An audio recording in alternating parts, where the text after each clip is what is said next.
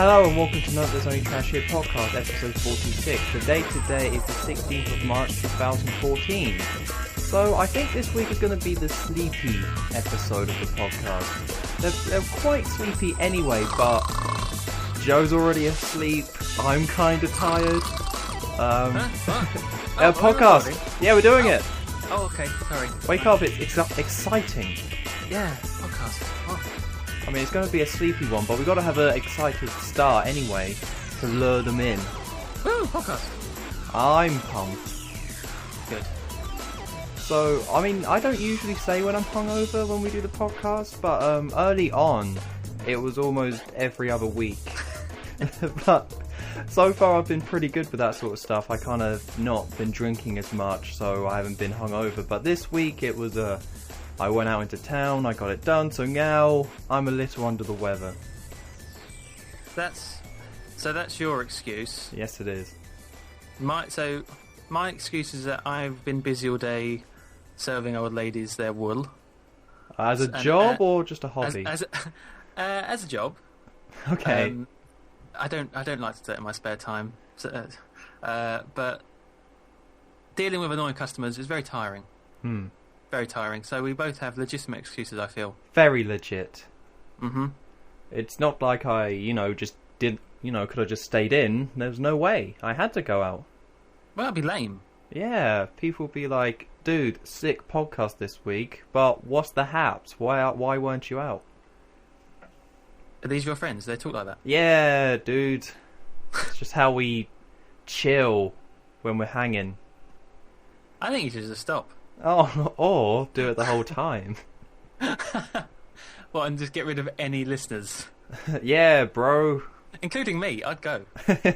I'm gone. Just hear the door slam halfway through. Yep. Goodbye. But I'm a professional, so I would just keep on going. Yeah. Yeah, you've done it a few times on your own. You can just do it even more. Yeah, and I think one of the podcasts I did by myself, I was hungover for one of those. I want to say I was anyway. I think I remember that one. I think you were. Ooh. Was it any good? Oh, I don't know about that. Damn it. I can't remember. Well, quantity over quality. That's what they say. That's our motto. Yeah. Even though this is probably going to be a short one as well, so it's not even really quantity. Well, just speaking of that, how long has the podcast been going for now? I think I started it... I think it's been a year. I think I started it last March. Because, a good way to tell is if we had 52 episodes of this. Yeah, but we're on 46, and I definitely skipped more than 8 weeks. That's not bad, is it? No, it's not bad, but could be better. Well, life gets in the way. So has it really been a year? I think so. I don't even know the date, but I remember it was a year ago, because it was March when I was like, hey, I should do this whole podcast thing. So I don't know the exact date, but we might have already passed it. Oh, that would be a shame if we missed the 1 year podcast. Well, we'll just do the 52 one instead. Okay. Because then that is a year of actual content rather than a physical year. Okay, I've sneakily Googled it. It actually, we're not far off. Episode 1 was on the 13th of March. Oh, damn it. So it should be this week, but we have technically gone past it. Yeah. That's pretty good. Yeah, woo. What we should do to celebrate is listen to the original podcast and then talk over the top of it, critiquing it. Well, in that case, it really should be you and your brother, because that was who was on it. Oh yeah. I'll just go. It's fine. No. I should do it so it's just you. I go. So it's just you slagging me off for 50 minutes, saying, "Oh God, there's a massive pause there. Say something." Yeah, sure. Go on then. I'll just I'll get all my recording stuff ready, and I'm sure that'd be great. I wouldn't listen to it, but I think someone would. Well, isn't that the case of all of our stuff when it first starts? Somebody must listen to this somewhere. Yeah. No, I mean just early stuff. Early stuff's always dodgy. Not mine though.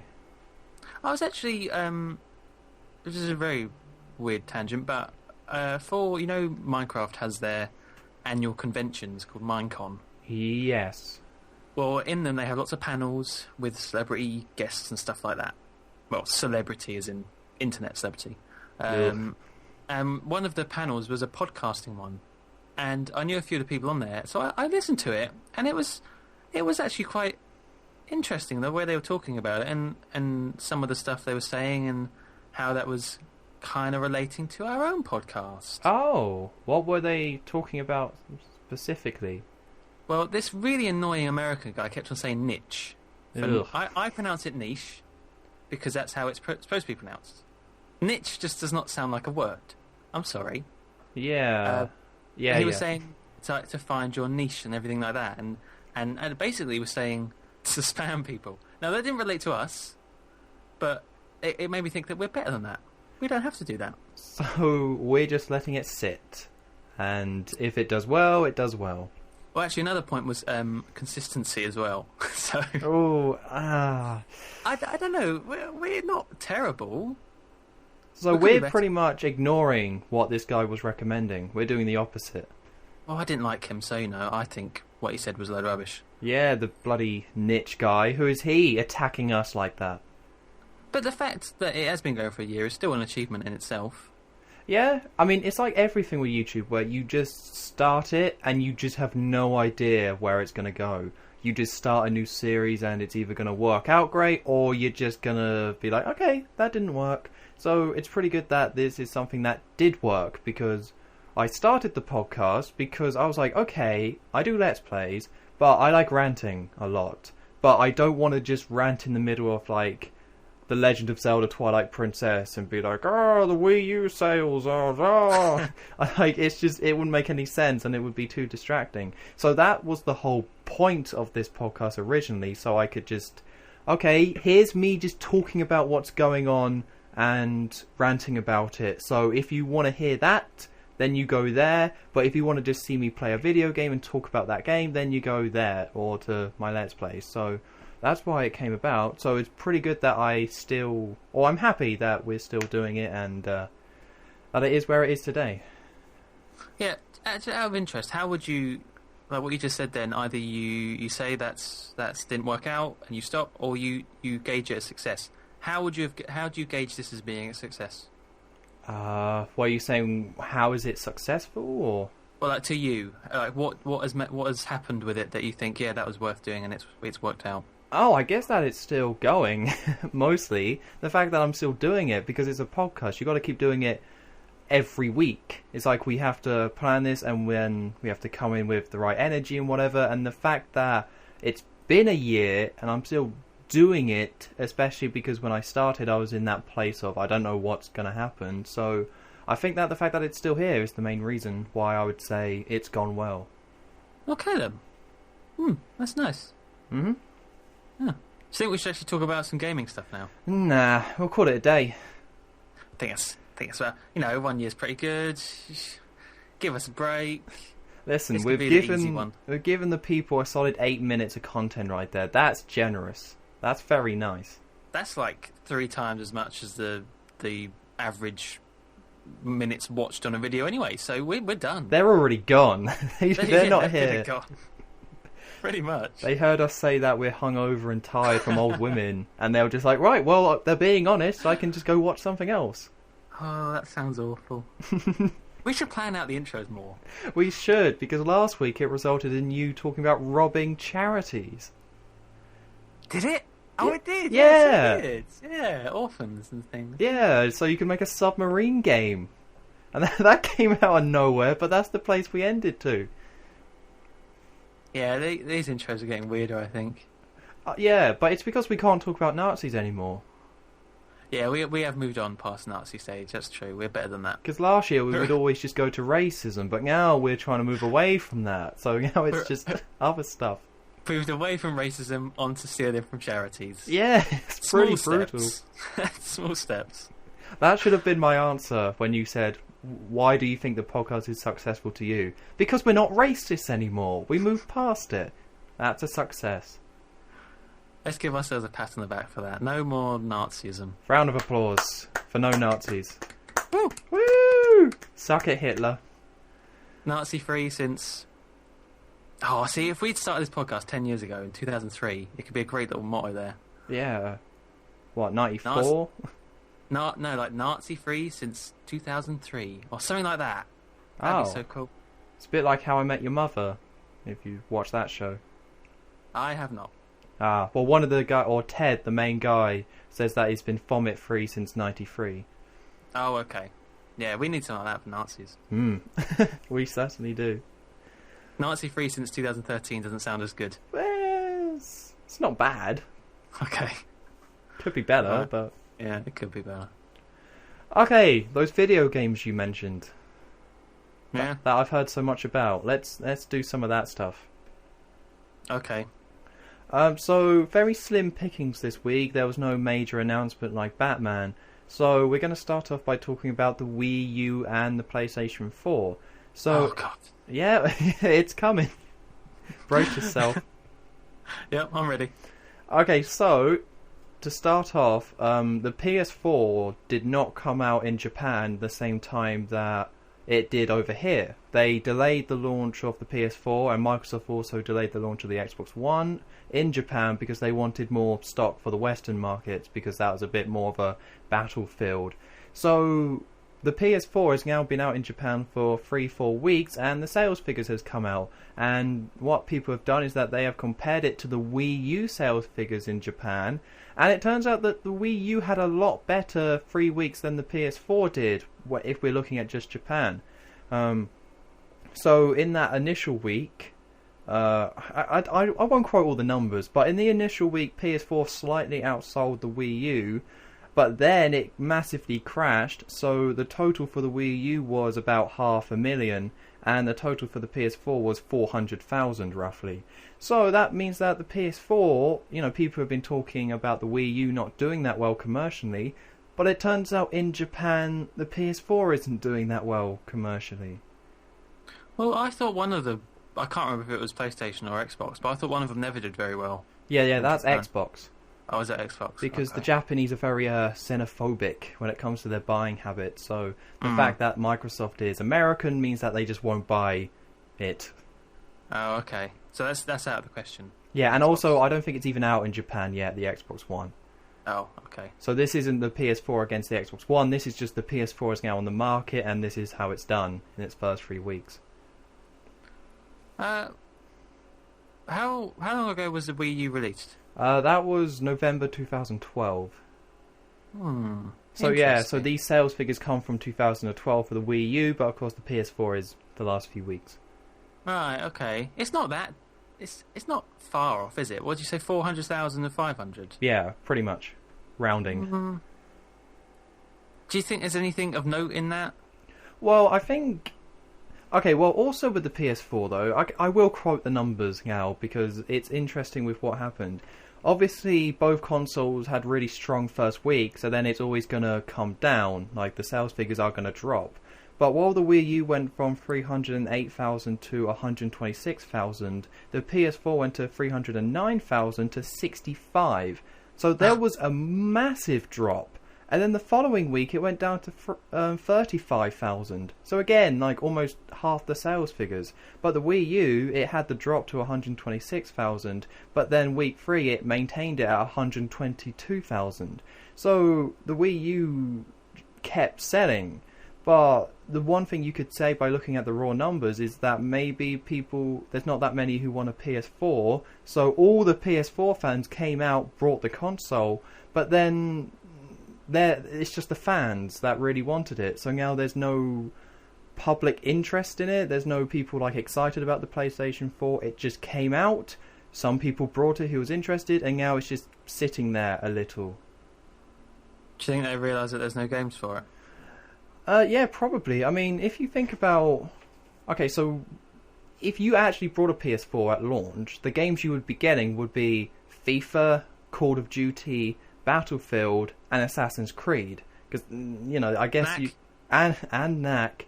Which, interestingly enough, Knack came packaged with a PS4 in Japan. So every single sale of a PS4 also came with a NAC. So NAC is like 400,000 units have been sold of NAC in Japan because you had to buy it. Right. Okay. So that's just like the Wii Sports thing, isn't it? Yeah, that it sold a stupid amount. Yeah. But so those are the main games. I mean, you could also put Killzone Shadowfall in there for the PS4, but you couldn't really put NAC in there because no one cares. And all of those games are Western games. If you're a Western person, then there's a lot of people like, yeah, awesome, I'll get a next generation Battlefield or Assassin's Creed, but Japan doesn't go for that stuff as much. Like, there are people playing these games, but not that many. And they just don't care that much about shooting games. And then when the biggest exclusive is Killzone, which didn't do that well anyway, it's like, I guess over here people did look at the next generation games and say, or next generation and say, hey, there are games I want to play. It's just those games you could also get on the current generation. But with Japan, it's like, well, I don't care about any of those multi-platform games, so I'm not going to bother. Yeah, it seems they're probably a bit more, what's the word, prudent? Sure. Is that the word I'm thinking of? I think so. I hope so. As in, like, they're perhaps more aware, like, okay, there's nothing there for me, I'm just not going to get it. Whereas someone else would be over here would be like, well, you know, I'll just have to wait it out. But they're like, no, there's nothing there, then I'm not going to buy it. Well, it's partly that, but I'm not trying to say that the general public is smarter in Japan when it comes to their buying habits. It's just they're not interested in the games. And also, the one thing that you got to note when it comes to Japan is that they like handhelds a lot more than consoles. Handhelds do really well. If you look at the video game charts in Japan, the top 10 games is usually just 3DS games and PS Vita games, because that's what they want. They want a console that's on the go. They don't care that much about the console at home experience. So, I mean, it's not really relevant when it comes to this because we're comparing the Wii U against the PS4, but it is something to note that they don't care as much about consoles. By the way, I hit the nail on the head with that word. Did you? It means, I just googled it, acting with or showing care and thought for the future. Oh, wow. Out of the park. Nice. Mr. I did English. I know words. Mr. Dictionary over here. Exactly. I'm like Susie Dent off of Countdown. Oh, God. You and That's your right. British TV references. I just made that reference. Yeah. I don't know where to go from that now, do you? No, that's completely thrown me off. I'm sorry. It's okay. But it's also, I guess... Okay, so it's important to know that when people say that the Wii U didn't do well, it did really well at launch, and then after launch is when it didn't do that great. It was, because it came out in 2012, had a great 2012, and then 2013 is when it started doing poorly. So if you're going to compare these figures, you kind of have to give it, it's not that the Wii U figures were bad. The Wii U figures were very good. It's just when you compare them to the PS4 figures, which were also pretty good, they're not as good. But overall, there's still a lot to be seen. So do you think we've just got to wait a little bit longer? We've got to wait and see. Yeah, we will. Turn out. We might have to wait and see. I don't know. But not really, though, because these numbers are pretty brutal. Like, the fact that it sold 35,000 units in its third week of release is like, wow. But the PS4 will sell eventually, but it'll be when Final Fantasy 15 comes out, or Kingdom Hearts 3 comes out, or one of those big franchises. Because they're just not impressed by Call of Duty or Battlefield, so they're going to leave it alone. This is a little tangent, but it's to do with Nintendo. Nice. I was on Reddit earlier, and one of their Today I Learned little facts was Nintendo has banked so much money that they could run a deficit of $250 million every year and still survive until 2052. I'm not surprised. They were in profit for every single year, or for like 20 years every year until the Wii U, pretty much. That's when it dropped. But they were always in profit, so I'm not surprised. That just Do you know those things going around a few weeks ago, like, oh, Nintendo are on the edge of just collapsing into nothing? Yeah. All that kind of stuff. That just kind of proves no, they know what they're doing with money at least. Well, then, yeah, that's what I was saying at the time. That you can't. Nintendo aren't like Sega. Or when Sega went out of business, it was because it had the Mega Drive, did great. Then it had the Mega Drive CD. Then it had the 32X, and then it had the Saturn, and then it had the Dreamcast. And those 4 consoles and attachments all bombed. So that's why they went out of business. So when a company puts out a console like the Wii U and it doesn't do that well, still not terrible, but it's not a hit by any means. It doesn't mean the company's gonna go out of business when it's been around for that long, and the 3DS was the best-selling console of 2013. So it's just that people want to see Nintendo fail, so whenever they kind of mess up, they jump on it, when really they're nowhere near that point. They got to wait 40 more years for that, I'm afraid, it seems. Damn it. For that to come true. Oh, so ridiculous. Yeah, I just thought that was quite an interesting tidbit. Well, no, Nintendo, they're very good at what they do. Well, it's just I don't want to get into it. I mean, I've said it. I think the Wii U has the best exclusives and games. It's just in the general market, it's the message and what it was going for was too confusing and messy for it to succeed. Yes, I think somewhere on the podcast rules handbook guide, there is a whole section devoted to how, you know, the future of Nintendo and the Wii U situation must be said every time. Yes, but ultimately, just to keep you reminded. But ultimately, we'll have to wait and see, though. Because who knows? Yeah, we don't. Well, those Nintendo, they've got a niche market. What can I say? You stop it. No more. Oh, man. Niche. Okay, well, that's about it for that. Really, that was just, here are some numbers, and it's just surprising that the PS4 is a juggernaut everywhere. But in Japan, they just, whatever. They don't care. Well, I this could be verging onto more racism. Well, it's not really racism. I always see the Asians. Wait, is that racist in itself? No, it's not racist. It's just not many good sentences start when you said it that way. The Asians. I was trying to think of a word. Like, definitely don't want to say Orientals, I guess. Orientals is the one, isn't it? Yeah. But yeah, all right. We'll say that the Eastern folk world. They I don't know. They just seem more shrewd to me as a culture. I might be wrong, but that's the impression I get off them. Yeah, in some ways. I mean, it's just very different. You know, just everything's twisted. In some ways, they're like with the whole sexuality thing, which people look at Japan, and that's the thing that kind of stands out. In some ways, they're worse with that. In some ways, they're better. Because apparently in Japan, you can have a shorter skirt, that's fine, but you don't show cleavage ever. It's just not, like, accepted. Really? Yeah, so it's... I don't know why, but that's just the way they are. Well, you know, but... yeah, I suppose everything's comparative, though. Like, in America, you can show as much blood and gore as you want, but, oh my god, a nipple? No. You know? It's outrageous. A breast? Oh my goodness, no, think of the children. They just can't handle it. They can't handle, like, a piece of body. It's just, oh my god. I think we got a good balance here in Britain. Like, I really like the watershed rule. I think that makes a lot of sense. Yeah, I think that's pretty good. You know, there's a few nipples. Wait. Not that that's what I gauge anything on. Also, I've got a question about nipples. So I unfortunately missed your stream because of the aforementioned hangover.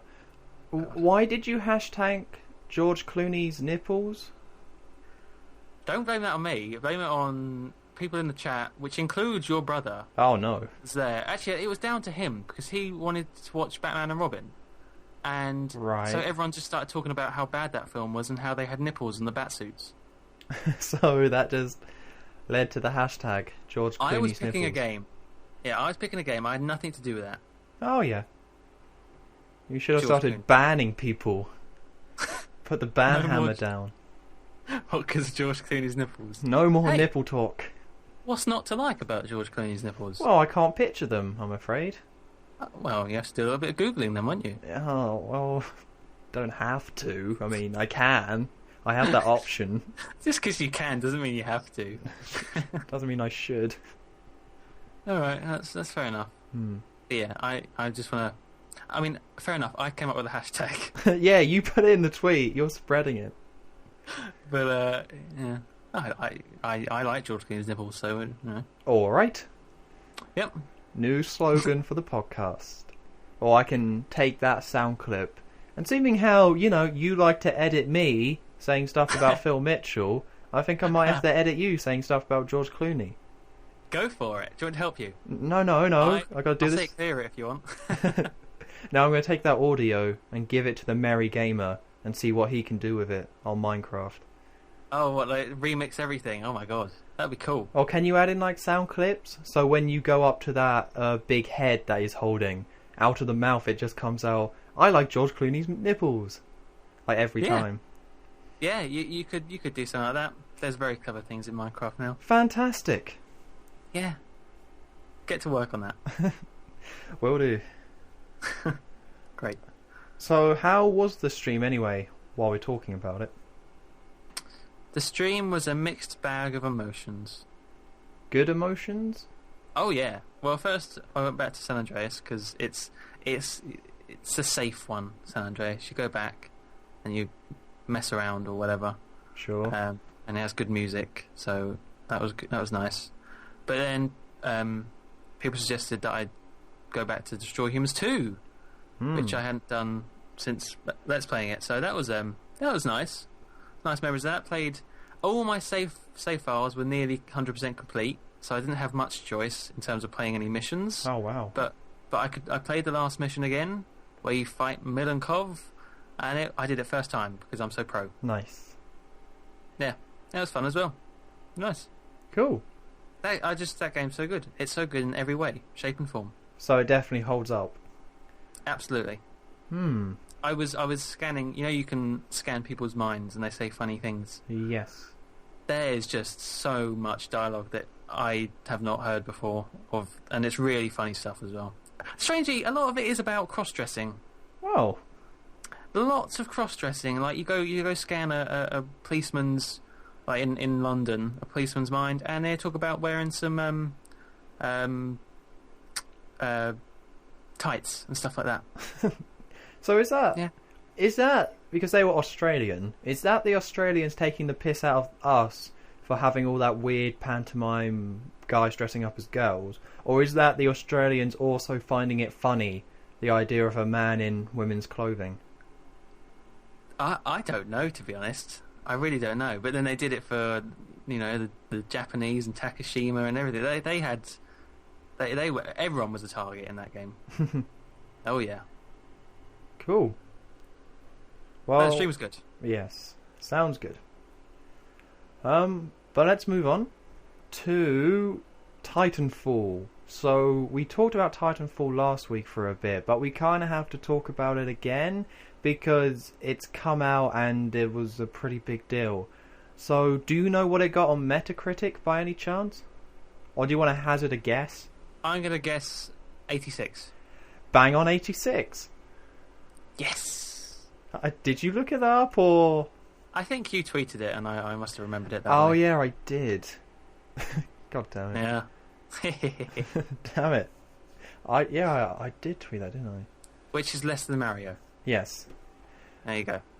See, I've been a bit all over the place with the Twitter because I don't want everything I tweet to be like a negative attack on something, or I don't want everything to be negative, but then I'm not a positive person, so to tweet something positive is kind of hard and tricky. So really, what I've just been doing is like censoring myself and just not tweeting certain stuff, so it's not just a stream of unpleasantness. But I kind of had to tweet that Titanfall got 86, where Superman 3D World has 93, so it's a better game.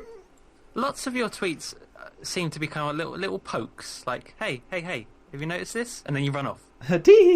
Just running away. Exactly. That's exactly what it is. Yeah, you don't want to start anything massive, but you're just gonna, and then you run away. So childish is one word. Well, not childish per se. You are. Let's just go childish. Yeah, we'll stick with it. Yeah, let's go with it. Yeah, it's why I just tweeted a picture of Cheerios the other day, because I was like, Cheerios. Not just Cheerios, but stale. Yeah, Cheerios. I was having a bowl of stale Cheerios and it was upsetting, so I was like, I've got to let someone know about this, so Twitter. See, I've had stale Cheerios, Mm-hmm. and as far as stale cereals go, they're not terrible. You can eat them. They're just chewier, aren't they? Yeah, they're a bit chewier, not as... when they're soggy, it's a bit gross. You see, well, this is... Oh, you say soggy. Gauging by this picture, this is my analysis now. Oh. I would take you for a... Because, there's two types of cereal eaters. There are the crunchies and the people who let it sit in the milk for a little bit, just to get a little bit sweet. Judging from the picture, I would think you're the latter. Well, what I do, okay, now that you've asked, is that I pour the bowl, pour in milk, all that stuff, and then I will, if something hasn't been in the milk, I will push it into the milk and then scoop it up on the spoon. So I'll never have, a dry cereal bite. Okay. Because I'm a soggy. See, yeah, if you're a crunchy, then what is the point of the milk? Some people... Water. Ugh. I know. If they run out of milk, they would use water. That baffles my mind. That would... Oh, God. I don't understand. I can't even use, skimmed milk on cereal. It's too gross. Skim milk is the devil. It might as well be water, and that's why it's got the red top. Yeah. It's got a red top, isn't it? Yeah. Green top is semi. That's the one. No. Nah. Got always Some be people... semi. Some people I've heard, not with Kellogg's stuff, but more with muesli and that kind of fibrey stuff, would have fruit juice, like apple juice. Well, that's so stupid, because wouldn't you just have the bowl with milk and then a glass of juice next to it? I can see where they're coming from slightly, because it's fruit and then more fruit, but it doesn't work. Well, listen, when I enjoy some all bran or whatever, I put some raisins on top of it. That's delicious. Yeah. But there's still milk. You've got to have milk with cereal. I don't know why you would mess with it. They figured that out for us. We don't have to mess with it. Milk is the fundamental base upon which all cereal then lies. You're absolutely correct. I would disown anyone for having anything but milk on their cereals. Well, you're about to say what were we talking about, right? Yeah, I was. Well, before we move off cereal, because it's a great topic, me and my mates have been... God damn it. They're gonna taste great. Do you remember that advert? Yeah. They're gonna taste great. They're gonna taste great. Stop that. I can hear the sound of Frosties hitting my plate. Why did you remind me of that? Because it's the best. Now we're on nightmares tonight. They're gonna taste great. What were you gonna say? Well, me and my mates have been trying to plan what are we going to do once we finish uni this year. And on the list of stuff, one of them is we're going to start the day by making real cookie crisp. Where you get an actual bag of cookies, put it in a bowl, and then... We decided to go with milkshake, just to mix things up and make it even crazier. But get some Yazoo and use that for the milk. Intriguing. Because I've never had it, but it sounds like that would work and would be nice. They'd have to be good cookies, I'd imagine. Sure, get some Marylands in there. Marylands? Yeah. Well, what's wrong with the Marylands? It's a nice cookie.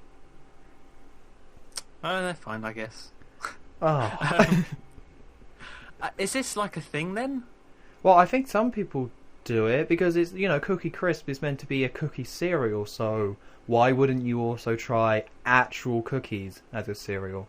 But there's a reason why they're not actual cookies. I don't think that would work well. Well, I think it would work well because when if you have a bag of cookies, dipping them in milk, a glass of milk, and biting them, delicious. See, I've tried that, and I always think it has to be a hot drink. It has to be tea and biscuits. Nah, you just need it... I don't think cold works. No, you just need it a bit mushy. That's all you're really going for. So it just goes down a lot nicer.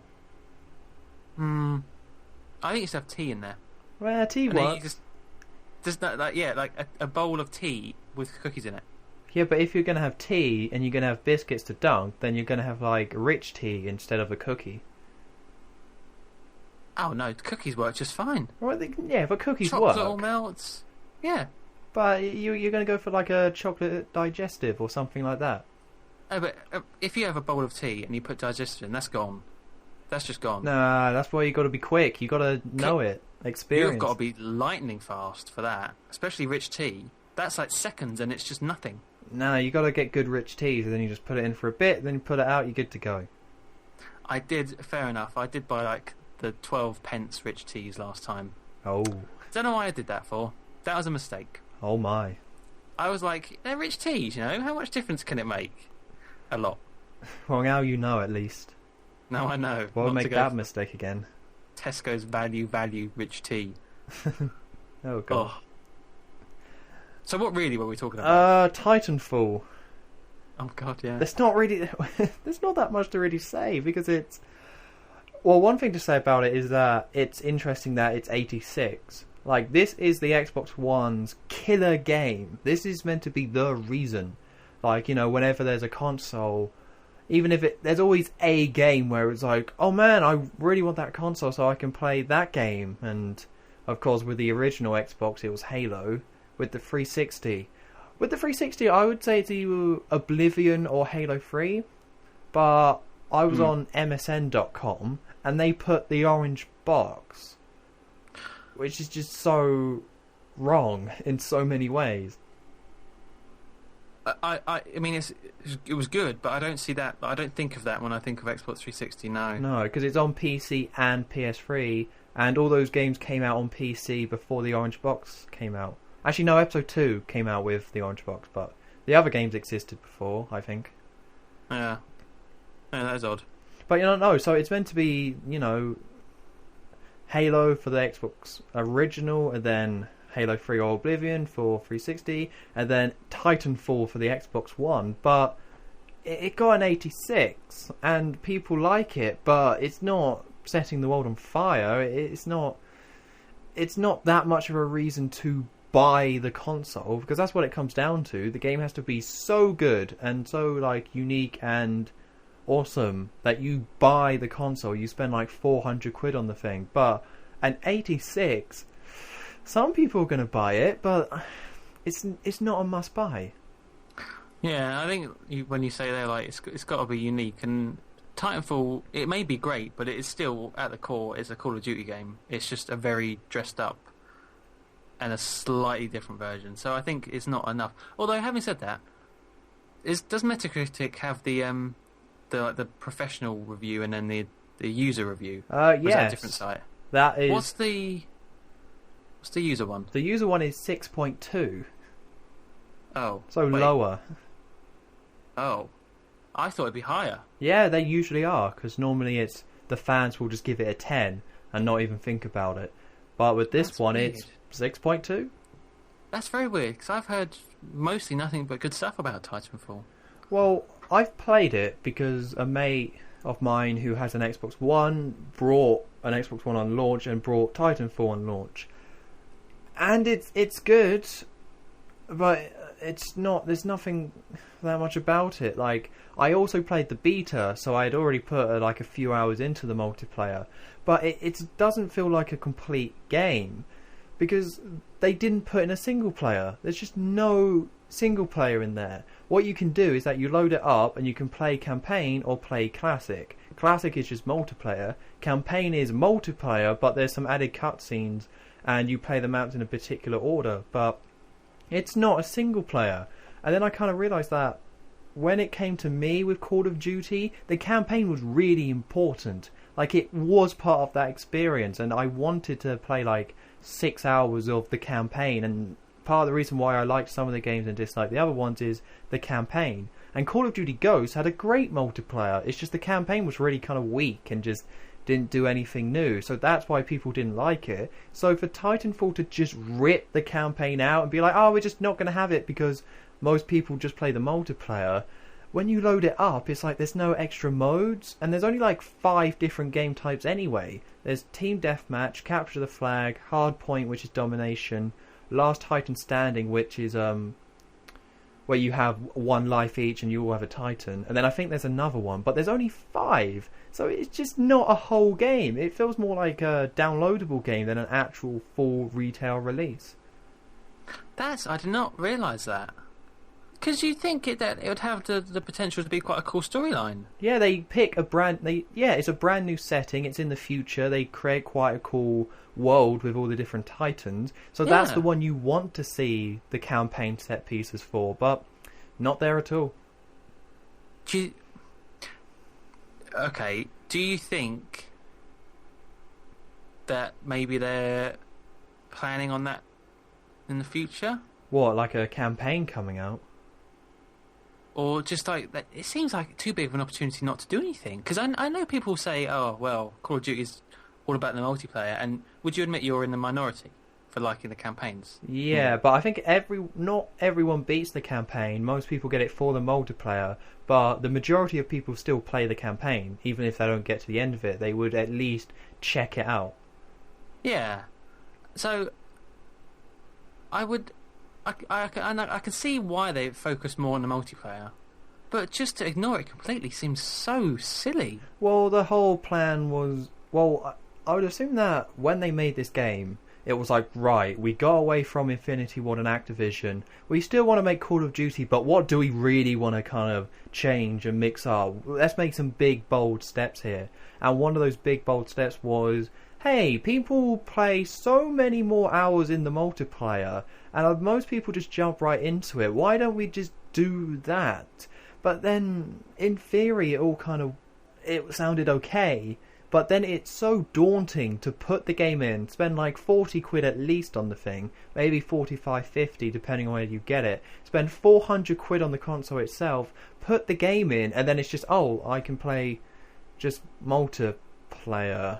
It's like they messed up. It doesn't feel complete. And it came from kind of a good place, but if they're going to have a game that's just multiplayer, they need it to be so expanded upon. It's like so many different game modes. But there's only like 5. But if you load up Modern Warfare 3, I think that there's like 15 or so. But I guess they just never really saw it from that point of view. Like maybe they were maybe they were like, oh, this is such a good multiplayer. People are going to love this, all the stuff we've done with it, and then they kind of forget. Oh, they must have realised that it's going to look like less to the average gamer. Well, apparently, what happened is that they were going in with all the multiplayer, but then there was they rushed it, from what I heard, because they had to have Titanfall out at this time, and EA signed a deal with Microsoft. So part of the deal was that Titanfall has to come out in this time frame. It just had to come out in March. There was... Yeah, it's March. It had to come out now. It couldn't come out later. So that's why there isn't as much stuff in there. But still, it means that you have to buy a season pass if you want all those different game modes and more maps. Because they're all going to get put in there. Like, definitely going to get put in there, but you have to buy the DLC for it to feel like a more complete game. So, on top of the 50 quid you potentially paid, we'll say 40. I don't know how much the season pass is, but I think it's at least 20 quid. So, you can spend 60 quid on a game, and then maybe by the end of the year it'll feel like a complete multiplayer experience. What is a season pass again?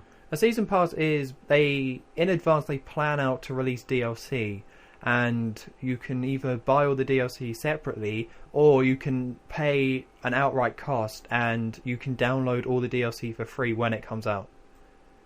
And do you get to keep it, or is it like a subscription? You get to keep it. It's a one-out payment that you just give them money, and it's like you just get it as it comes out.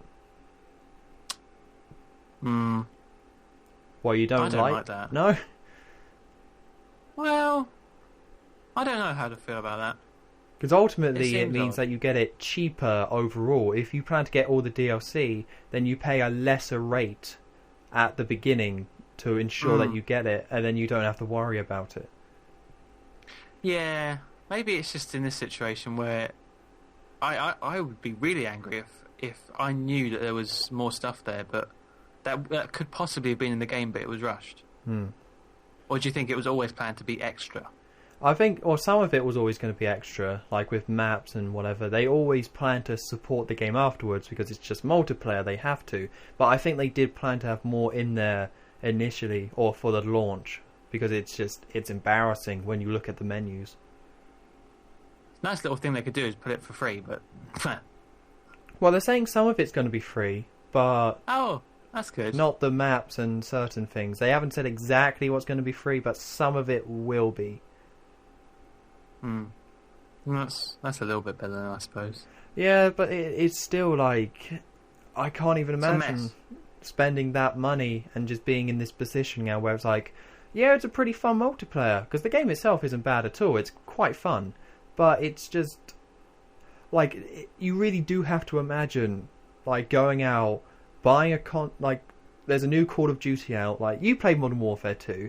Imagine that you saw Modern Warfare 2, it looked great, so you didn't have a 360, so you went out, brought a 360 at, like, however much it cost at launch, which at least 300 quid, and then you waited 6 months, and then Modern Warfare 2 came out, it had no single player, and it had half the game modes.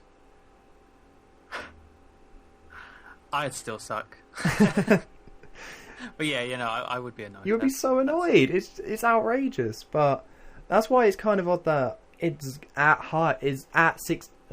bloody 86. Like, how did it get that high? Sure, the core gameplay is good, and there's a lot of cool stuff in the game, and it is fun, but when that's all it is, like, I think it just kind of shows that the day of the first-person shooter is also kind of gone, because I can't get invested into a first-person shooter multiplayer anymore. I can pick up one, play it for like a few weeks, have some fun with it, but then I move on. So with Titanfall, that's what's going to happen.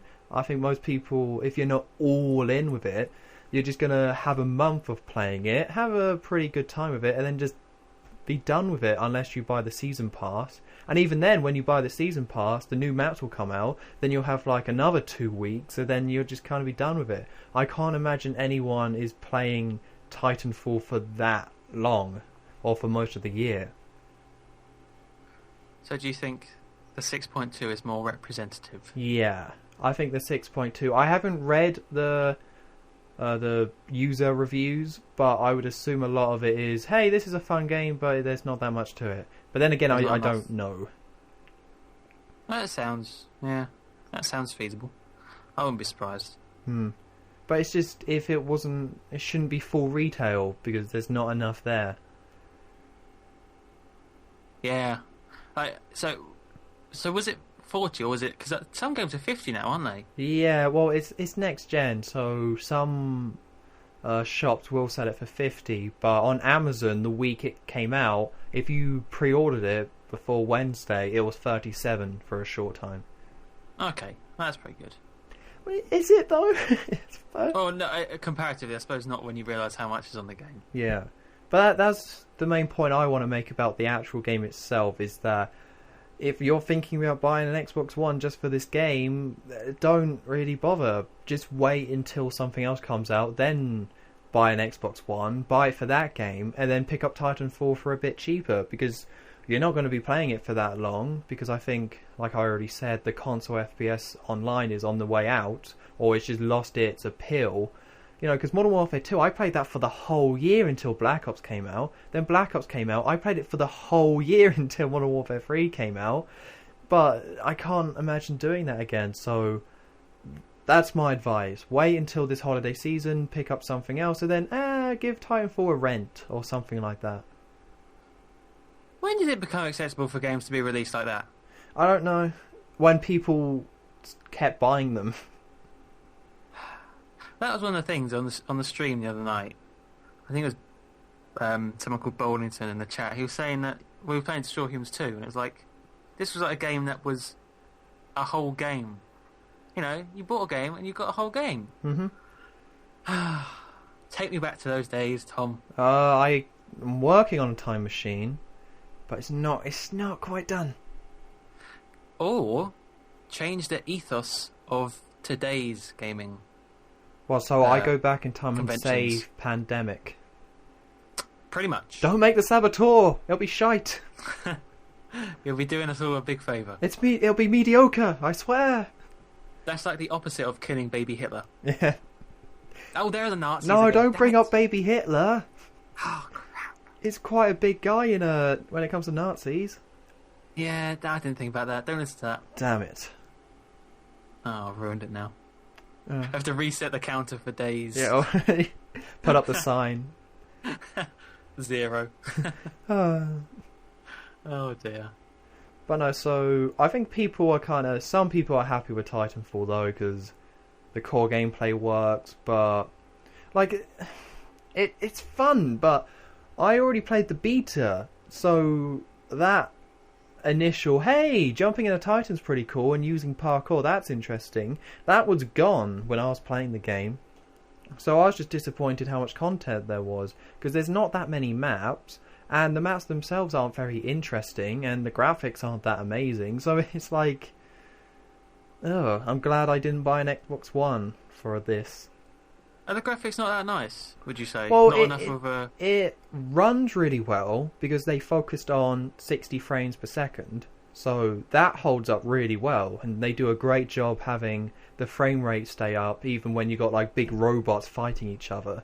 But the visual style isn't that interesting, and the graphics themselves, technically, I've already said it, next gen consoles don't look that much better than the old gen, so when it comes to just looking at a screenshot graphically, you're not impressed by it. It's like, this is slightly better, but okay. So it's one of the things you have to play to feel it run. Yeah, like it does run well. It's not bad by any means, but if you're just someone who really enjoys buying a new console for the graphics, Titanfall is not what you would get. Because really the power of the next generation is how big you can render an open world, which is why Batman's quite exciting, because you can have more stuff on screen and you can just have the draw distance be longer, so it can be impressive standing on like a cliff and everything's actually being rendered and you can see it all. That's where the power comes in, but the visuals and the actual technical pixels on the screen, no one cares. A screenshot it doesn't impress. And talking of graphics, recently I've seen that people have, I don't know what console it's on, but Infamous Second Son. Yes, the PS4. Is it on PS4? Mm-hmm. People have been saying that looks really good. Well, yeah, visually. Yeah, that looks good because it's an open world. Because that's what they should be doing, open world games, to show off the power of the console. But Xbox One, you had Dead Rising 3, which did do the open world thing, but everything was grey and it was really dull. But then you had Rise, which was just like an action game, and then Forza, which is a racing game, and then Titanfall, which is just a small map. Like, the maps are pretty small. So they should be doing more open world, but they're just not at the moment. Well, I would say I think you're right with Batman. That's going to be cool. Yeah, that's the one. And also Infamous. I don't know that much about Infamous, but I think when I do eventually get a PS4, it will be one I check out. Although I should probably check out the first two on PS3. They're probably pretty cheap right now. Yeah, why not? Get yourself ready. Yeah. Because with Infamous, I like the look of them, because when it comes to an open world, I'm not a big fan of open world games if they don't have something interesting in them.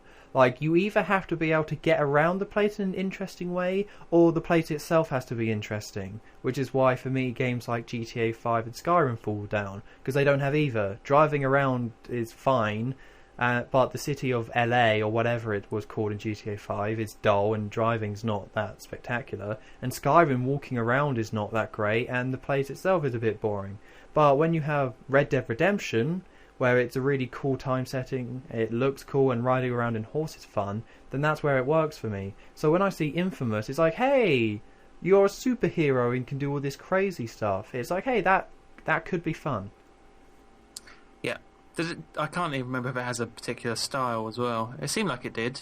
I don't think it's that stylized, but it's like superhero powers, but not like comic books.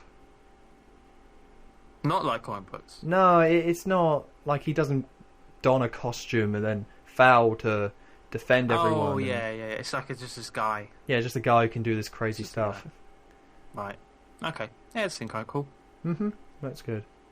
It's why Watch Dogs looks good, because the open world itself, you got to have one of those two. Good open world, good movement. This one, not interesting movement, but no, that's not right. Not an interesting open world, but you can hack into everything and manipulate it in an interesting way. So that's where that game works. But then other games fall down when they don't have that. But then we'll have to wait and see. We might have to wait and see on this one. I don't know. Damn it. Yep. Well, speaking of... Well, not really, we're just talking about open worlds. But speaking of Metacritic and reviews, have you seen the reviews on Yoshi's New Island, by any chance? No.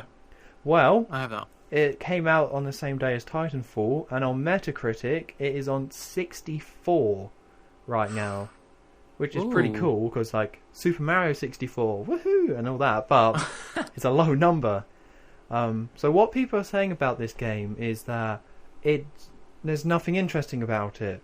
You know, Yoshi's Island, the original, was good because it was very unique in its style, and it separated itself from Mario by having the interesting graphics and the way that the very nice graphics and great music, and then Yoshi controlled differently, and the mechanics for a platform, it was just different, so it stood out. It was the fact that it was unique is why people paid attention to it. So Yoshi's New Island comes out, which is meant to be a sequel for the 3DS, and then it's just Yoshi's Island. Like, there's a few kind of gimmicky ideas in there, but it's pretty much the same game. So people have looked at it and said, yeah, it's there's nothing interesting about it at all, and it's gotten these low scores. And when I saw this, I was tremendously happy that this game got panned, because it's about bloody time these samey, boring Nintendo sequels got panned by the critics. They've been doing it for so long with the new Super Mario Bros. Series. That's what I thought of. I thought of that when you were saying that. Yeah, it's the new Super Mario Bros. Series again. They actually put in the word new into Yoshi's Island and are doing the exact same thing.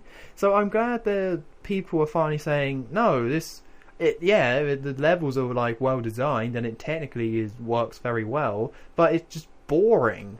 And I think it was more apparent with this game because, like I said, Yoshi's Island was good because it was unique.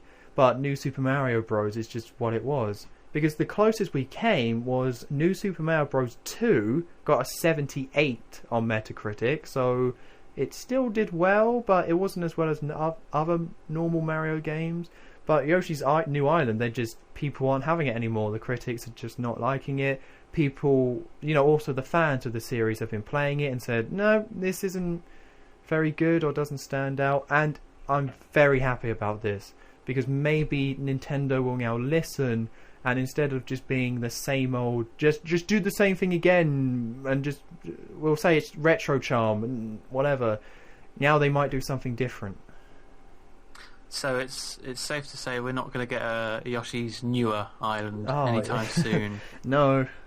What would they at least we hope not. What would they have to call it though? Because if they made a fourth Yoshi's Island game, it would come after Yoshi's New Island.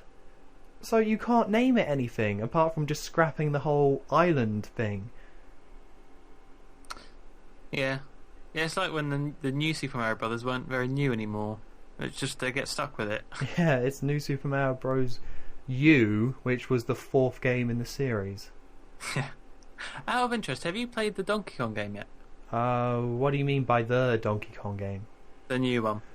Well, here's the deal. We were talking about it earlier.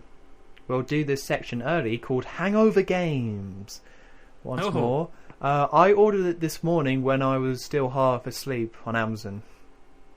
Oh, that was the one. Yeah, so I woke up this morning and was like, I want Donkey Kong. So I was like, I went onto Argos website, saw that it was in stock near me, so I could just get out of bed, 5-minute walk there, 5-minute walk back, and have it. But then I was like, hey, it's 40 quid in Argos, but it's only 30 on Amazon, so I'll just use Amazon Prime and have it waiting for me tomorrow. So I have brought it. It's on the way. Haven't played it yet.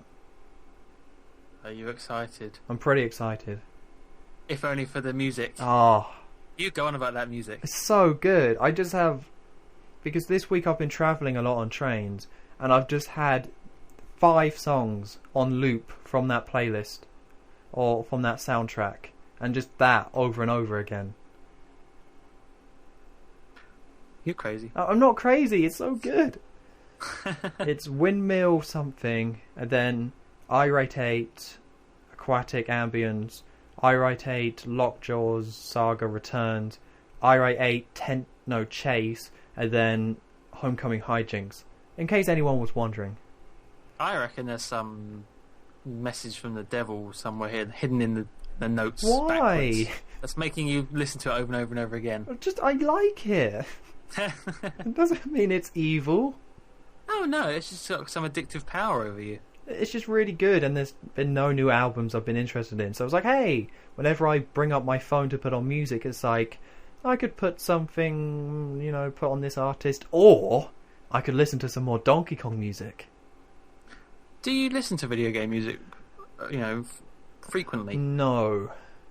It's a pretty rare occurrence. Like, I've been getting more into video game music recently, or in the last, 2-3 years, because of Sonic Generations was the game that really, I was like, hey, this music's actually really good, and there's a lot of... I recognise most of this from my childhood, so it's cool that it's been remixed. So from that game onwards, I've been paying more attention to it, but I rarely listen to video game music. Unless it sticks out. Yeah, unless it really has to be good. Because there's music that I like in video games, but I would never listen to. But there's something about these songs where they're really good. It's so good. It's the same guy who did the first one, right? Yeah, David Wise. Good on him. Still got it. He certainly is wise. Well done. Thank you very much. But I want to talk about Donkey Kong a bit more. But before we move on to that, I want to quickly just make one more point about Yoshi's New Island, and that it came out. Who worked on the game before before it came out, before the review started flooding in. So, the director worked as a level designer on New Super Mario Bros. 2. One of the levels designer worked on New Super Luigi U and New Super Mario Bros. 2. Another level designer worked on New Super Mario Bros. Wii U and New Super Luigi U, and one of the producers of the game made some of the Street Pass games. So they really had their A-team on this one. I am so not surprised. The people who made the terrible New Super Mario Bros. 2 made another bad game. It's not that surprising. It's just, there seems to be a group of people in Nintendo that don't want to take any chances. They're probably massive Nintendo fans and love the originals, so they just recreate the originals for people and then don't want to take any risks. Which is sad that there is a team of people in Nintendo who are like that, when the whole point of Nintendo is that they're really they're innovative. They stand out among most of gaming because they do things so differently. So the fact that they allow these untalented people to just make mediocre stuff is sad, frankly. Fire them. I would. Or just don't. Pull a Ken. Yeah, just get rid. The director of this game was a level designer on New Super Mario Bros. 2. That's awful. Why? Because I hate New Super Mario Bros. 2. It's so dull. It's awful. Because I played through the first world, right? It wasn't that bad. It was like a standard first world. And then it's like, oh, there's some coins as well. So I guess that's the gimmick of this game. Everything else was exactly the same though. And then I got to the end of that world, saw that the second world was a desert world. I was like, no, I'm not doing this again. I'm not doing this again. I'm not playing another desert world in a Mario game. It's boring as all hell. So that's when I just shut it off and never touched the game again. Because it was like I was embarrassed for the people that made it, that they would just think, yeah, we'll do a grass world, desert world second, because we only done that like every single game ever, so we'll go with that. And it's just, it's so embarrassing. Good for you for stopping there. Oh. You know, you stuck to your morals there. I did. No, I'm not having it. Did you return the game? No, it wasn't actually my game. I just stopped playing it. Okay, you didn't like fling it out the window then? No, that'd being a bit mean. Yeah, okay. It's just, I hate seeing it. I hate seeing... The Desert World to me represents... Oh, this is a boring Mario game that I don't have to pay attention to. It's like Paper Mario Sticker Star did the same thing. And that's a boring Paper Mario game that you don't have to pay attention to. So you don't mind like the Mushroom Kingdom first levels? Well, it's like... You got to give the game a chance, right? Like, you got to hold out some hope. You know, every first world of a game might be a bit generic because they have to go through the same steps of introducing certain concepts. They can't put in they can't introduce as much interesting stuff as they can in the later game. So I give it the benefit of a doubt. It's just when I see that second world, they could have come up with anything else. But no, Desert World. Why would they change it? So, out of interest, what are the first and second worlds of Super Mario 3D World? Don't worry about it. Don't, because I don't want to talk about that. Why? Because it's grass and desert. Is it really? It is. But that's a good game. Yeah, but with 3D World, I mentioned it in my review. It's weird because the levels don't correspond to the worlds that much. They go all over the place. So with 3D World, the actual hub is desert. And there are some desert-themed levels, but there is also, like, levels that are just not desert and are just unique and don't make any sense. Maybe Super Mario Brothers 2? No. New? No? No. Okay. No. We won't even go there. No. But no, so people are sick of Nintendo churning out the same stuff, and people were kind of sick of it anyway, and I think that's something that has really hurt the Wii U, but... It's good that everyone's now on the same page. Make something new. Don't put new in the title if it's the same game as before. So it's not just you moaning now. There's people to back you up. Yes. And hopefully they'll take notice. Yeah, they finally, paid attention to me and listened to and be like, hey, that Tom guy, he knows. Listen to sense. Yes. That's what they did. Listen to reason. Uh-huh. So you wanted to carry on with Donkey Kong, did you? Oh, yeah, Donkey Kong. So have you played any of the... Okay, so you played the original Donkey Kong Country, right? Yes. Have you played any of the other ones? I don't think so. No. Because recently, I've been on a big Donkey Kong Country high at the moment, because I've been Let's Playing Donkey Kong Country 1... And despite that hiccup, which is that one snow level, I'm really liking the game. I'm actually having a lot of fun playing it. And apart from that one snow level, I like that it's challenging, but it is mostly fair. Like, if you just take your time and don't... You can't play it like Mario, but if you once you figure out how it plays and how the levels are put together, it's challenging but fair. So that's really compelling, and I really like it. So I've been really into Donkey Kong Country, and I have it on the Wii, as in Donkey Kong Country Returns, but I can't find my sensor bar. It's just, I don't know where it is. So I just went out and brought it on 3DS, and I've now started playing through the 3DS version of Donkey Kong Country Returns, and that's a really good platformer. Like, that's a really fun 2D platformer. Like, I'm not that far into it. I'm in, like, halfway through the second world at the moment, so I've still got a lot to go. But they did an amazing job on that game, and it's just really fun. And with Mario being as stale and boring as it is, and, I do really like 2D platformers still, like Rayman, Origins, and Legends. So I was really happy that I'm getting into the series and that I discovered Donkey Kong Country at this point. So that's why I ultimately did buy Donkey Kong Tropical Freeze, because my plan is to play through the 3DS game and then play the Wii U version. Hang on. So, Donkey Kong Country Returns, is that the one that you mentioned in the Let's Play as being the same but different? The same, but I think so. You said that it was like re-released. No, that's the Game Boy Advance version that Rare worked on, where they just went back and re-looked at that game. Donkey Kong Country Returns is a semi-reboot, re-return of the series made by Retro. Okay, so where does it come chronologically? Is it quite late? Yeah, they had the original 3 games on the SNES, which were made by Rare, and then Rare moved on to other things, although they did make Donkey Kong 64, but then Rare obviously went away and Microsoft brought them, so then Retro, who made Metroid Prime, got put with the task of, hey, reboot Donkey Kong Country, bring it back. So that led to Donkey Kong Country Returns on the Wii in 2010. Aha. And then that's why they then made a sequel, because it sold like 5 million copies, the Donkey Kong Country Returns. So now that's why we have a sequel, because people wanted them to make Metroid, but the first one did well, so here's a second one. Where does the one with the drums fit in? I remember that one. One with the drums? It had the little bongos. Oh, Donkey Konga. Donkey Konga. Or Donkey Kong Jungle Beat.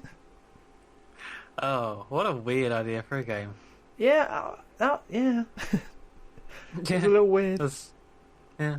Well, who made that one? Well, you can get Donkey Kong Jungle Beat on the Wii, but instead of hitting the drums, you just flail the left or the nunchuck or the thing. You can't do it without the drums. Well, you could get some drums and hit them with the drums. Oh, that's true. You could actually hit real drums. Yeah, with the Wiimote. That's dedication right there, yeah. Yeah, okay. But no, so that's... Was that GameCube, that one? Yeah, that was GameCube, and then they ported it on the Wii. Okay. Right. But I'm talking about Donkey Kong Country, and I guess that's all I got to say about it. I really like Returns, and I'll see, how it goes as I keep playing, but yeah, I'm kind of sad that I didn't play it in all these years, although it is also a good thing, because it means I get to go back and replay them all and get into it. Why do you really like it? Like in general? The music's great, and the visual style is pretty kind of cool, and it's well designed. It's like, it's hard, but it's not annoying. But like I said, apart from that one level in the snow world in the original game, I still hate that level. But apart from that, it's really, it has that engaging aspect to it, where you have to kind of concentrate, and you can easily die, but you're not punished for being, you're just punished for being bad at the game and for not reacting in time and stuff like that. So it's just that, and that's what I want. I want a game that's kind of hard. I played through Super Mario 3D World, that wasn't really hard, and I like platformers with a challenge because it makes it more interesting. So I'm glad that they got that balance right, and that's what makes me kind of want to play it more and get into it more. I have a question about Super Mario 3D Land. Whoa, what, the 3DS one you were talking about? Yeah, the 3DS one. Okay.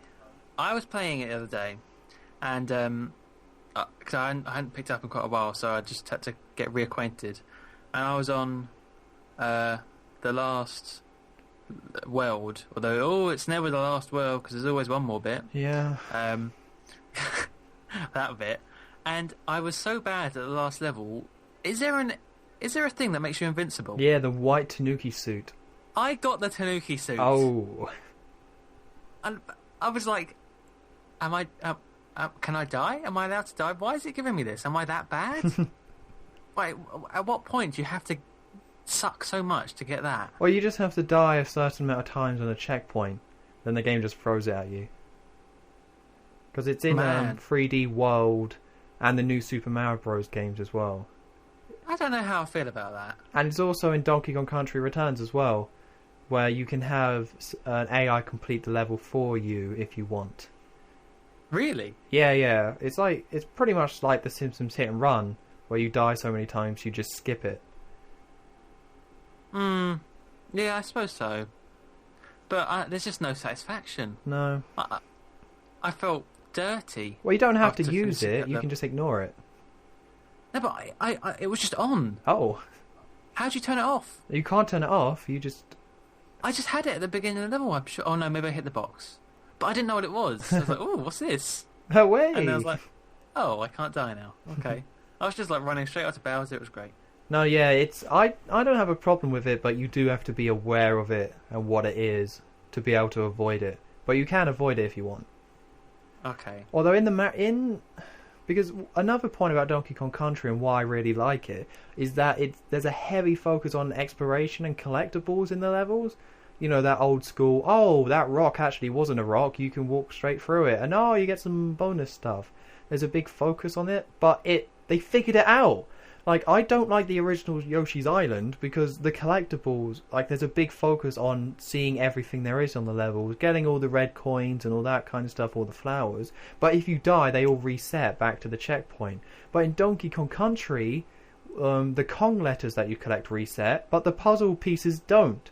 So once you discover them, because there can be like 9 of them in a level, once you collect it, you can just walk past that bonus bit and don't have to waste your time. You can just straight away get to the hard part that you were having trouble on. And it's awesome. Like, that's exactly how it should have been in Yoshi's Island. And it would have saved so much stress and time and annoyance. But so that was something that was really nice. That Retro actually was like, hey, we'll have all these collectibles, but we'll actually, help people out. So if you want to go for the collectibles, you grab them. And then if you get stuck on a bit, they're not in the way. They're not annoying you when you're trying to just get past a hard section. It doesn't take a rocket scientist to work out that's how you should do it. I mean, that's just... Yeah, I agree. That's silly when they reset. And that's why... I can't remember what game did that, but it really bugged me. Yeah, all the Marios did it. They always reset. Which some people don't mind, but... Ugh. But it's... that's good then. Makes sense. Yeah, and also with Donkey Kong Country Returns, they have it's called the Super Guide, which is where you die so many times, you press start, and an AI will do it. But they won't get any of the collectibles, they will just go straight through the level and get to the end. So if you want those collectibles, you have to beat the level yourself. But in Mario, you can just get the white Tanuki suit, get all the collectibles, beat the level, and you've just 100%ed the level. And I think that's where it's a bit broken, that you can do all the bonus stuff, and you can get all the awards or rewards of actually, getting the bonus stuff, but you didn't do it. You cheated, pretty much. Yeah, fair enough if you have to, progress through the game. You want to play the rest of the game. But you shouldn't get all the little bonuses, no. That's for people who actually are good at the game. Yeah. It's a challenge, that's the whole point of them. Yeah. Yeah, that's why Donkey Kong Country Returns is so much better than any of the new Super Mario Bros. Games, and I need to play it more before I say it's better than 3D World, but it seems to know more about platformers, or it's definitely better than the 2D Mario games, and also 3D Land, because I don't like that game, because it's a mix of old and new, and it's like Rayman Origins, where they actually looked at the game and the older game, and was like, okay, what worked, and what doesn't work anymore, and then make the adjustments. Like, in Rayman there's no lives, but you die a lot, but then you just restart straight at that checkpoint to do it again. And in Donkey Kong your collectibles are saved. But in New Super Mario Bros. And 3D Land they didn't do any of that. They just was like, let's just do that again. Exactly. And just, we'll have an annoying life system, and we'll just have collectibles that you have to grab, but it resets. So it just also, Donkey Kong Country Returns makes Mario look bad at the moment. So, Tom's top tip for this podcast is play Donkey Kong. Yeah, if you haven't played, if you're disappointed by New Super Mario Bros. Like I am, Retro Studios are getting it done, doing a great job at what Nintendo should be doing right now with Donkey Kong. We're always there to offer proper advice, Yeah, don't buy an Xbox One, Donkey Kong, cereal. Yeah, always something. Be a soggy cereal person. Yeah, such wisdom. Such wisdom. Oh man. Yeah. Okay, well, I think that's about it in terms of news and what's been going on. So, is that what you've been playing this week? 3D Land? Anything else? No, nothing else. So why did you jump back into 3D Land? Oh, it's because I found my 3DS. I'd lost it for a little bit. Oh, there it is. Oh, well, let's have a go. Well, if you ever get a chance, I would recommend Donkey Kong Country Returns 3D. Really? Yeah, it's pretty good. Yeah, I heard that from somewhere. Yeah. Yeah, to look into that. And also, one more thing about Donkey Kong Country Returns on the 3DS. You don't have to... Oh my god, get a room. I'm just... One more quick little thing, alright? There's no motion controls, so you don't have to deal with that crap anymore. So it's automatically better than the Wii version. Okay. Right. Just saying, alright? That was another factor. That I had it on the Wii, but I didn't want to play it because you have to just jab to the side, and it's like, ugh, this is so awkward and weird. So that's why I also went for the 3DS. So it's just a straight up platformer and a good one. Yes, bloody good. Bloody good. Okay, so nice. Do you want to know what's coming out next week? Nah. Oh, well, cool. Now got it. Hey! So the first one we already mentioned, Infamous Second Son. So Titanfall has now come out. That's the big Xbox One exclusive to make people buy it. And now Infamous is coming out.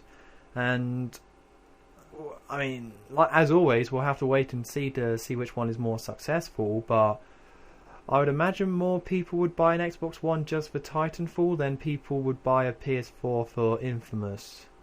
I get that feeling as well. Because I think the Infamous series was more like a tasty treat when it came to the PS3. It was like, okay, I'm going to buy it for Killzone or Metal Gear Solid or Gran Turismo. But, these Infamous games are pretty good as well. But nobody was, like, buying a PS3 to play them. So I would guess it's the same situation with the PS4. Yeah. I mean, it seems like one of those games that people don't immediately recognise, but when they play it, they're like, this is a really good game. Yeah, solid. Maybe, hopefully. But speaking of Solid Snake... Metal Gear Solid 5 Ground Zeroes is also coming out. You're a Metal Gear fan, aren't you? I am, but I won't be buying it because I shouldn't have bought Donkey Kong. I don't have that much money at the moment to just buy brand new games with, and also I'm in the middle of... It's my final year of uni, I've got to work, so I can't... I already brought Donkey Kong Country Returns on the 3DS and Donkey Kong Country Tropical Freeze, so... That's my limit. You know, I'm a man of restraint. I'm not going to buy Metal Gear Solid 5 straight away. I'll wait. I haven't really heard that much of this game. Oh, well, the brief summary is that they split Metal Gear Solid 5 into two. So this is the the prologue to Metal Gear Solid 5 Phantom Pain. So this is just it takes place on one island, and it's like apparently you can beat it in 2 hours, but there's side quests. So they're selling it at half price at retail. So on the PS3 it's 22 quid if you want to go pick it up. So it's just hey, here's our brand new engine we made for this game, and here's like a quick kind of few hours into this world just to kind of keep people going until the Phantom Pain comes out. And when does that come out? They haven't confirmed it yet, but I'm guessing next year, because Ground Zeroes is coming out now, so I'm assuming Phantom Pain won't come out this year. But then it's not that far off, so 2015 is what I would go for. Right. Just to tide people over. Yeah, pretty much. Right. Okay, and then the final one is Final Fantasy X and X-2 HD. So... if you like Final Fantasy X, or X-2, some people did, I guess, you can now buy it on PS3. Anything Final Fantasy, I'm just gone. Oh, no. I never played any of those games. What about Final Fantasy 13, though? That's what the kids like. I have no idea what you're talking about. Lightning Returns, though. What? Oh, damn it. Who's Lightning?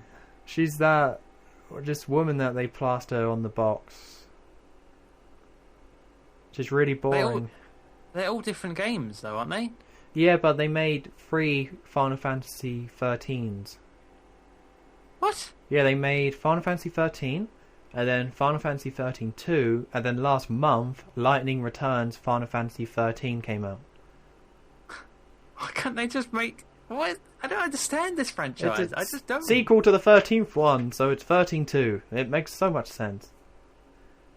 This is why I don't touch any of those games. Oh yeah, they're also I'm terrified of quite them. horrible. What old ones are good? I don't know. What? 6 is meant to be the classic, but I don't rate it, of course. Yeah, I just completely missed these games when I was younger. Well, if you ever want to get into JRPGs like this, then just play Chrono Trigger, because it's better than any Final Fantasy game, in my opinion, anyway. Oh, okay. But that's if you do want to get into JRPGs. Yeah, I think I'm good for the moment. Damn it. Nothing against them. You got to play 3D Land. Yeah, I've got to play something. Wait, so did you beat the final boss? No, I was so disheartened by dirty cheating, I stopped playing. Just scrubbing your I was hands like, oh, in the God. bathroom. Yeah, No. yeah, I can't get it off. Tanuki everywhere. Well, no, and also it's like, oh, it's that world, nothing. Like, there's nothing interesting about it. So I was like, That's the right. game. That's 3D Yeah. Land. So, oh, it's that again, right? And then you can get to the moment where I gave up. Because once I beat Bowser for the first time, I put the game down and never touched it again. Oh, really? Yeah, because then 8 new worlds unlock. And I was like, well, this is half the game. But I beat Bowser, so I'm not playing it. 8 new worlds or 8 new levels? 8 new worlds. What? Yeah, half the game is unlocked once you beat Bowser. There's 16 worlds? Yeah. Oh my God, I can't be dealing with this. Yeah. But apparently the second half is where it's a bit more interesting. But it's so stupid, because why wouldn't you put those levels in before? That's silly. It's why I think 3D World is the way it is, with all the messy levels, because I think they were like, okay, we want to do bonus levels, but we can't just have half the game be bonus levels again, because people didn't like it, because it was a horrendously poor idea. So that's why I think there's just random levels in the main worlds, where they were like, okay, we want to make a level like this, it doesn't fit into any of the themes, but we can't have the bonus worlds be too big, just put it in the snow level and we'll just go with it. That's probably a very good idea in the end, wasn't it? Yeah. Well done. Yeah, it's better, but it represents quite a bad philosophy Nintendo now has, where it's like, just make levels and then we'll put it together and ship it. Slap a cover on, we're done. Yeah, we'll put him in a cat suit, it'll be great. And it was pretty good. Yeah, you say so yourself, exactly. Yeah. Well, that's the end of another podcast. Not that sleepy, surprisingly. No, lots of ranting and stuff though. Maybe that's woken us up. Yeah. Because there wasn't that much news, but I was not happy with Yoshi's Island and not happy with Titanfall, so that got us to the end. Mm-hmm. Did you want to have one last quick plug of your channel? Oh yes. Well, we'll start with you. What's going on with your channel this week? It's just the same. Boo. Jack and Daxter and Ratchet and Clank. Boo. Mm-hmm. Not Ratchet and Clank, though. No, we have to record some more. Or Jack and Daxter. I've run out. And yeah, I need to record some more of that as well. I've been busy, alright? Me too. Yeah. Cool. Well, that's it though. With me, it's the same old Donkey Kong Country and Spider-Man. I actually finished recording Spider-Man the other day, but the final part won't come up until April, so you guys are just going to have to wait. You tease, you. Oh, I like to keep 'em keen.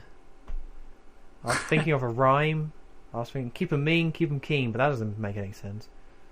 You're good. It's fine. It's the end of the podcast. No one's here. Damn it. No, the plugs. Should I ask about emails? No. Okay, I won't. But if you do want to email us, if you think Titanfall is the best, or Yoshi's Island is good, or any questions, or just if you want to throw in your 2 cents about any topic we've discussed, you can email us at onlytrashherepodcast@gmail.com. They're just the literal words, no funny business, just onlytrashherepodcast@gmail.com. Mm-hmm. Anything. Anything. And everything. That's right. There you go. So yeah, I think that's it. Thank you very much for joining me, Mr. McLuckable, as always. Thank you. And we will see you next week. See ya.